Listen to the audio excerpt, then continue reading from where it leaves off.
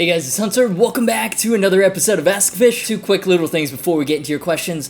First off, I want to thank you guys. Last AskGufish, I expressed some frustration with recent negativity in the YouTube comments, and I wasn't looking for sympathy or anything. I was just laying out my thoughts and frustrations, and the level of support that I got back in the comments was amazing. That put me in a really good mood, and I appreciate that. I appreciate every one of you, truly. Secondly, I'm an idiot. Last AskGufish, I thought there was only one day left for you to win a G20 or D20 tube amp from Revv. Super cool amps, light, portable, built-in 2-nose torpedo, kick-ass metal tone, and I was very wrong. The deadline is actually a month from the original upload date, which was June 19th? Yeah, June 19th. So as of filming, you've got about 2 more weeks to enter. And again, it's not a competition or anything. It's not about skill. We just want to see people picking up the guitar and being creative. Actually, some people aren't even using a guitar.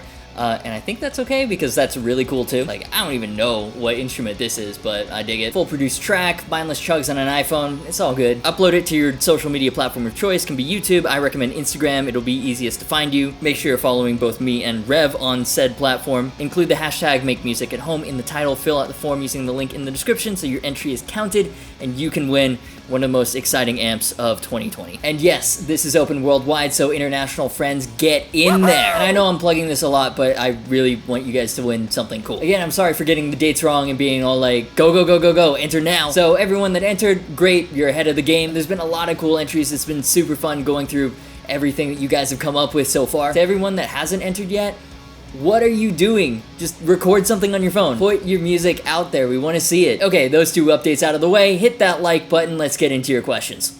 Eric Kidd says, what do you think about the new Schecter Ultra? Yeah, even with the thing that I'm not allowed to talk about because it'll get me demonetized, still happening and wreaking havoc on everybody's production, somehow Schecter is still managing to launch new stuff. And whereas before it was like, yeah, I'll cover it because it's Schecter and it's a big brand, I'm now genuinely excited to see what they have. One, because the Banshee Mach 7 Evertune that I finally got around to demoing is the best 7-string that I've ever owned, but also one of the new ones appears to be a single cut. As of filming, there's only a teaser image of the back. It's due to be released tomorrow, so I'll probably film my reaction to that later and have Jordan splice it in here somewhere. And the new Schecter single cut was revealed this morning. Holy Oh, that's hot. That's hot. So this is the 2020 Schecter Solo 2 Custom Burl, and wow. Most of the specs aren't too different from the regular Solo 2 Custom: mahogany body, 3-piece mahogany neck, ebony fingerboard with a compound 12 to 16 inch radius and 22 extra jumbo frets though, which is cool. It's pretty modern. But the top is crazy. Natural Burl turquoise, like, hole filler. That's probably wrong. I don't know what to call it though. I wonder if the turquoise glows in the dark. It looks like it should, but there's no pictures or mention of that on the website. Either way, it just looks so sick. It's not a normal production top. It looks like it should be a custom shop option. Transparent speed knobs too, great call. And the abalone inlays, throwback to early 2000 Schecter. I'm not massive into abalone on guitars in general, but they haven't overdone it with abalone binding or anything. So it's tasteful and it matches the top. Or at least it seems to from the stock photos. It just looks so good. This being a mainly single cut focus channel, you guys have been asking for a Solo 2 custom video forever. Thank goodness I've held out, but I think, yeah, now is the time. Haven't tried any Schecter USA pickups either. These are Pasadenas, so they're like overwound PAEF style humbuckers, I think. Yeah, super excited. I've already emailed my guy at Schecter. Let's see what happens. So those are my first impressions. What do you think? Let me know in the comments. But yeah, let's talk about the guitar that Eric mentioned, the new Schecter Ultra. Initial reaction, I fucking love it. They're taking like this strange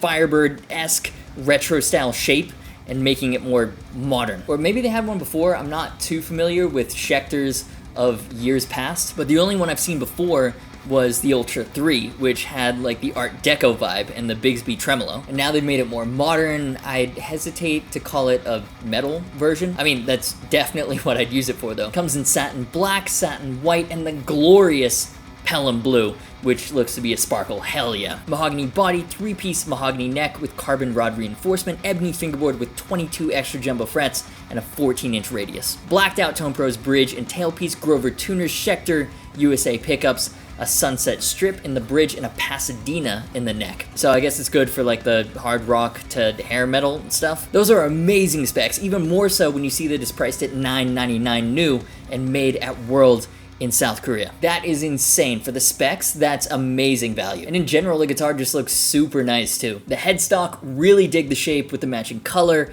and then the raised black in the middle, very classy. And then the body also has a raised center, so it's kind of got like a pseudo neck through look type thing going on, even though it's a set through situation, which I'm perfectly okay with. Good upper fret access, and it keeps the price reasonable. And my first thought when seeing these, other than, oh my god, that Pelham blue is hot, is that these would work really well as basses. And apparently Schecter thought the exact same thing, because there they are. They're on the website and they're the same price as the guitars. So well done, Schecter. I tip my hat to you. And I've said before how I generally feel about Schecter's: well built, good value, never bonded with any. The only exception being the Mach 7 Evertune. But yeah, I kind of really dig this one. Like, Schecter's got a lot of interesting stuff, but a lot of the most interesting models are in the retro vein and probably not so great for the chugs. This one, it's not their generic shapes, it's not a C1, it's not a Banshee. I'm actually really interested in this one, which is pretty rare for me to say about a Schecter. But yeah, what do you think of the new Schecter Ultra? You dig it? You don't dig it? Looks cool? Looks weird? Any and all thoughts? Let me know in the comments. Guitar20M says,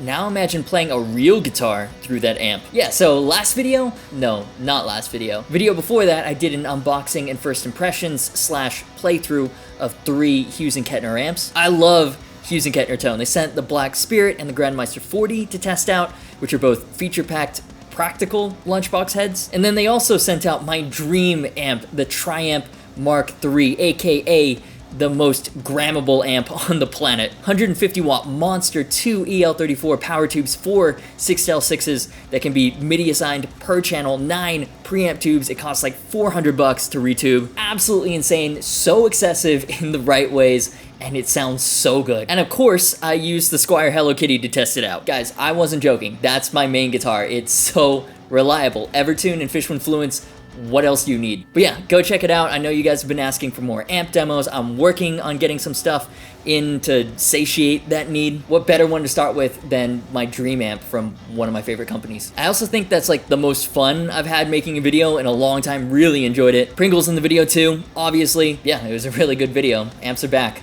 Link in the cards. And before we get into the next question, I want to give a huge shout out to Dennis Huang and the rest of the amazing supporters over on Patreon who have made this and all the other content possible. I really appreciate the support, especially this year. Really appreciate you guys sticking around and allowing me to hire video editors. You'll notice that I've actually managed to get 3 mod projects done this year already, as opposed to the usual 1 a year. I know you guys really like those. I just legitimately never had the time to do them before. But yeah, your support is directly resulting in bigger and better content, and I really thank you for it. If you want to directly support the channel as well and get bonus perks like MP3s and tabs to all the demo tracks, linked to join the Patreon community is in the description. If you can, I really appreciate it.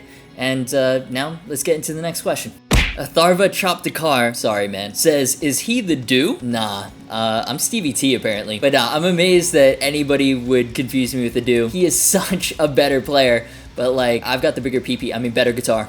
Jerome Lenovo says, okay, but the important question, is the Doggo a Fender guy or a Gibson guy? The rest is unimportant. Pringle? She's all about Solar. Right, Pringle?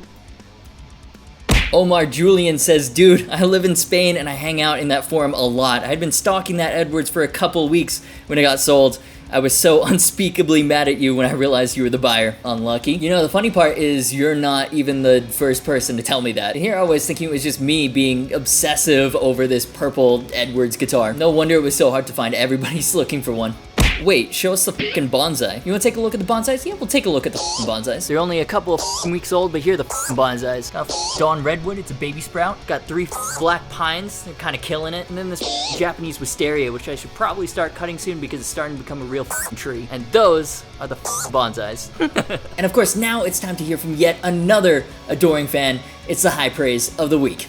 I like the way that he looks like. Aw, thanks, man. I like the way you look like too. Oh, and I almost forgot what I'm listening to this week. Hypa Hypa by Eskimo Callboy is on constant repeat. It's been all over the internet, but if by some chance you haven't seen it yet, and yes, seen, because you absolutely need to watch the video, and you absolutely need this song in your life. No context, because that is the best way to go into this complete experience. Link in the description, and you are very welcome. And that'll do it for this week's episode of Ask-A-Fish. If you enjoyed it, do me a favor and hit the like button, leave your thoughts and your questions in the comments down below. Subscribe if you haven't already, it's the big red button down there, and it massively helps me out. Do me another favor and hit the bell for all notifications. YouTube likes to see that high number. Plus, they sometimes work as advertised. Social media, merch, and Discord server links are in the description. As always, thanks so much for watching. You've been awesome, and I'll see you for the next video.